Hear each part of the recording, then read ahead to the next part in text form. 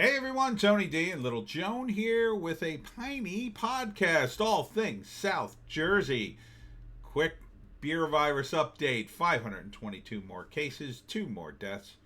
Um, you know, transmission rate is 1.27, and now they're making rumblings about closing the state up again. Does Phil Murphy have any original ideas now that New York says they're threatening to close up? You're going to do it too? I mean, it's just ridiculous at this point. Even if this virus was as deadly as you claim it is, I mean, are people supposed to live in a cave for the rest of their lives? These lockdowns are not helping. They're not helping. That's not the way viruses work. Okay? People can wear a mask, they can social distance, they can wash their hands, they can mitigate it to some degree, but you can't stop it. Okay? People have to interact, and it only takes one person. One. That's it. Look, there are stores that have been open for the entire virus. Okay? And I said this right at the beginning. A Wawa store. For those of you not in South Jersey, Wawa is our favorite store. It's great. It has everything. We love it. It has sandwiches, has coffee, has tasty cakes. It's great. It's a great store. You can get gas now. People, hundreds and hundreds of people come through Wawa. Hundreds of them. Okay? One person, it would only take one person to get sick. They would come in contact, if they worked there, they would come in contact with hundreds of people in a day. In a day. If that person was sick enough, first off, it's a 2-week incubation period. Not always, but can be. So figure that person's sick for 2 weeks. They're spreading it for 2 weeks. Hundreds of people every day for 2 weeks. Then at the end of that 2 week, what happens? Well, they might be asymptomatic, meaning they're not going to go to the doctors. A person who works at Wawa is not going to suddenly go, you know what, I need a COVID test for no reason. They're not. If they get sick, if they get really sick, yeah, they might go to the doctors and get some medicine, get checked out, and then you'll know. But if they don't get sick, if they're asymptomatic, or if they just got a little cold, you think they're going to miss work? You think they're going to want to miss work for 2 weeks on top of however many days they're going to be sick? No, they're going to wait until they're sick. They're sick. And you know exactly what I mean. If you work and you need to work, you can't afford to take 2 weeks off. Your boss isn't going to pay you for 2 weeks. So basically you're going to have a person who's sick in a Wawa, and I'm just using that as an example. I'm totally not picking on Wawa. Love you. Spreading germs. Now, they'll have a mask on. They'll be washing their hands. So that'll mitigate it to some degree. But ultimately, you can't mitigate it all. If this person is one of the food preparers, you know, that mask and the gloves and the washing of hands is only going to mitigate so much. So, literally, you're talking hundreds of people. By the end of the month, it could be 1,000 people. Could be. And that's just one example. What about airports? People come in and out of airports. Now, not as much as before, but a lot. There are dozens of other examples of places where there's going to be a lot of people and they're going to have to come in and out. You can't reduce the capacity of a store like a Wawa, which is just constantly funneling people through. You can't reduce the capacity low enough. You can't. It doesn't matter if you do anyway. There was never going to be a time where you went into a Wawa store and there's 500 people in it, or there's 100 people of it and they're literally lined up. That's not the way it works. People go in, they buy what they need, and they're out with under 2 minutes. That's what it is. That's what it's meant to be. It's meant to be a quick stop kind of place. But people are touching stuff and they're breathing and they're going in and out. So the place isn't run by robots, it's run by human beings. You can't stop this. But the upside is this: if you have an asymptomatic variant with no symptoms, and you spread that, chances are the person who gets it will also have no symptoms, probably even, and it'll be an even weaker virus. As it spreads, it tends to get weaker. And it ends up inoculating people, which is what we want. The lockdown is preventing that. So people are going to hold off, and then it's going to mutate again. And maybe they'll be more vulnerable to it. I mean, these things can go a lot of different ways. So all this nonsense, first off, it's all political posturing. I don't believe for a second Murphy would close down the state next year. He'll never close down the state. You know how I know? Because when the Democrats were running their primaries in Wisconsin, an important state for them, they had people vote. They didn't use mail-in ballots, and it was in April. April. This will be gone by next year because Phil Murphy has an election to run. And he'll want to win, and he can't win on everybody stays locked down, loses their businesses and jobs, and goes broke.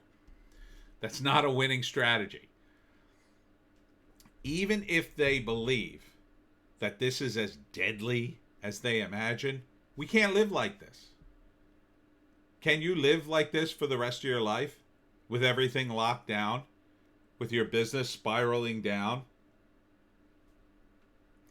I want to go back to normal. And I'm an introvert. I love staying at home, but I'm sick of it too.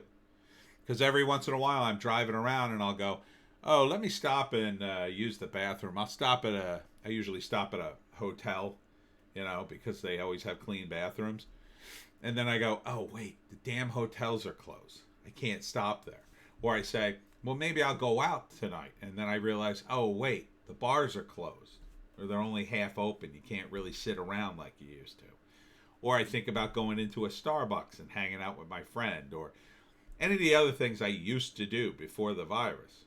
I can't do most of them. Or I can do them, but they're they don't want you sitting around. So this is untenable. On top of the fact that they've killed off sports, they've killed off movies, they've killed off just about everything but television, I think. Even that, network TV, to me, is unwatchable. So people need something. They're not going to tolerate. They're simply just not going to tolerate it. And everybody connected to, hey, we're going to lock you up and make you wear your mask, they're going out. They're going to be gone. They won't be in power anymore. No one will vote for them. So if you want to double down on this, Democrats, be my guest. Be my guest. Ain't going to help you. Sorry for the rant. Anyhow, New Jersey beer virus recovery. State probes Trump fundraiser for beer virus violations. Again, I think this is politically motivated. First off, the cases were going up before the fundraiser. We had 900 cases a few days ago. But the numbering system here is faulty. The contact tracers are a joke. Everything connected to this in terms of the numbers is a total joke. You're gonna track down everybody at the Trump fundraiser. They're not even gonna answer their phones, dummies. It's the same problem you've had with contact tracing from the beginning. The simpler explanation is Trump caught it at the debate because already they've counted 11 people who got infected.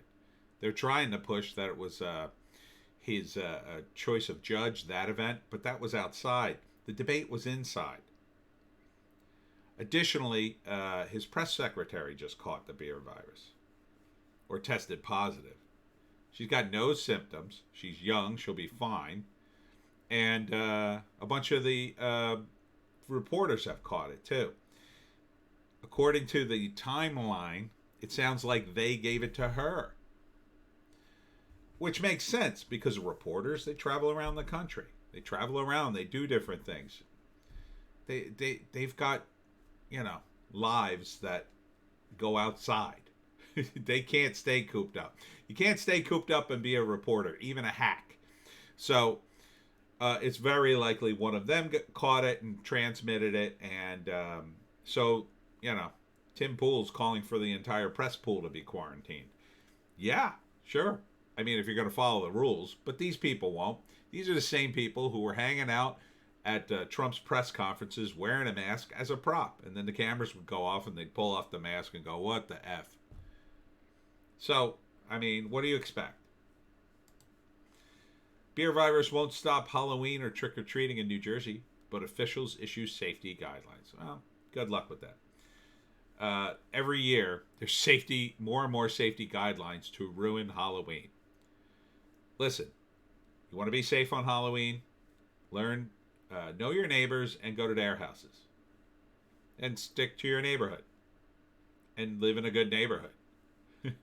You know, if you want to get your, you know, back in the 70s, me and my friends, we would go all day with Halloween. We trick or treat on the way home from school. We'd get home, costume up, and we'd go out until literally people were shouting at us to go away. It would be 10 o'clock at night, and we'd still be banging on doors trying to get candy. And then they did the scare tactics. Oh, there's razor blades in the apples, and there's worms in the candy, and there's poison, and a guy died, and blah, blah, blah. It was all urban legend BS. I don't know why people started, but, you know, we were fine. Just let the kids trick or treat, for God's sake. And speaking of real dangers, the 2020 New Jersey bear hunt season will be the last, according to Phil Murphy, who apparently wants bears to be a regular part of your day now. Now, I'm not big on shooting animals, per se, especially for sport. But the problem is, bears and lots of animals have made a huge comeback in New Jersey. And you keep developing things. Okay? If you want these animals to live and thrive, you got to have space for them to live and thrive. They can't be crossing roads and ending up in parking lots and climbing into dumpsters to get food. It's not good for them, and they could end up mauling somebody. So you need better land management if you're going to keep the animals safe. You can't just say, oh, no more hunting the bears. Because a few years ago, they used to have a better system in New Jersey for getting rid of animals in your neighborhood. If there was a raccoon or a possum or whatever, they'd come and catch it and take it away to the woods and release it there. They stopped that program, and we got raccoons and possums to beat the band now. So, you know, you got to be careful about this stuff. I mean, we got deer. I've seen so many deer on the side of the road now. It's so sad, you know, but they have no place to go. They live in industrial parks now. So think about that before you do this, Murphy. I mean, I know you want a virtue signal to everybody about everything, but why don't you think about it? Jeff Van Drew is trailing in South Jersey, according to this article. I don't know how true it is. Amy Kennedy is leading 49-44. It doesn't surprise me. She's getting all the press, and it's all positive. I hope you will go out and support Van Drew. I think he took a big chance switching over to the Republicans, and he's on board with the true Democratic Party, understanding that he used to be just a regular Democrat, and now the Democratic Party is nuts. He knows this. This is why he jumped ship. It's not that he's partisan. It's not that he's changed any of his views, really. And that the Republican Party has become a big tent. The Democrats are out of their minds. Don't elect another progressive nut job, please. I'm not in the district. I can't vote for him. But please, come out for Van Drew, I would say. Or anybody but Amy Kennedy. Come on. And finally, South Jersey Regional Animal Shelter needs volunteers to help transport animals. So they were able to find a lot of volunteers to transport the animals during the lockdown. Along with pet transports, we occasionally need volunteers to take immature or injured wildlife to rehabilitation centers in Medford Lakes or a relay point down near the Delaware Memorial Bridge.